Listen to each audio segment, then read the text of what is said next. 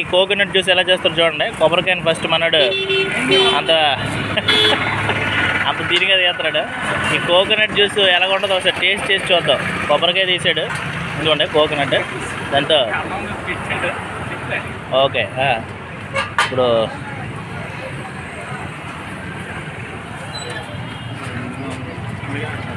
దాంట్లోకి వేసాడు.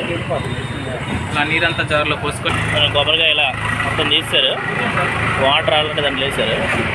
ఎలా చేస్తారో చూద్దాం.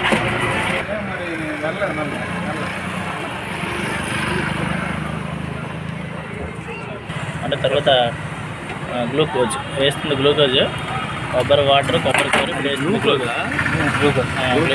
గ్లూకోజ్ తర్వాత వేస్తుంది షుగర్ యాడ్ చేస్తున్నారు. బాబు మాకు ఒకటి చేసి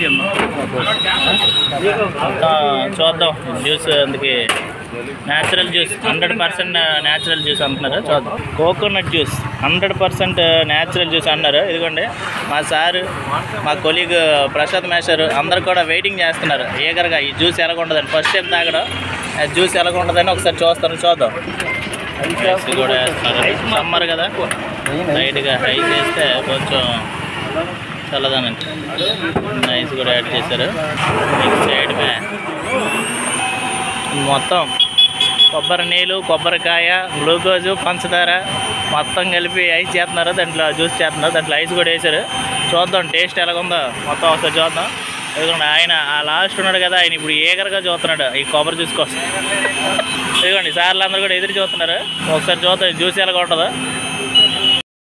చల్లని కోకోనట్ జ్యూస్ ఉంది. 100% న్యాచురల్. టేస్ట్ చూసి ఎలాగుందో చూద్దాం. చూడండి సార్ ఒకసారి టేస్ట్ చేయండి. చాలా బాగుంది సార్. హమ్మి చాలా బాగుంది